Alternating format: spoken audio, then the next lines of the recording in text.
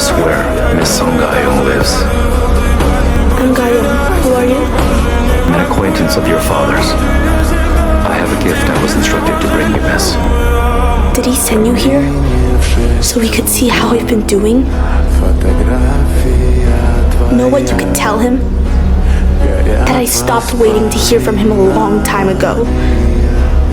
I'll pretend my dad doesn't exist and he can forget about me too. These were your father's belongings. Mr. Seong Gi-Hun has passed away.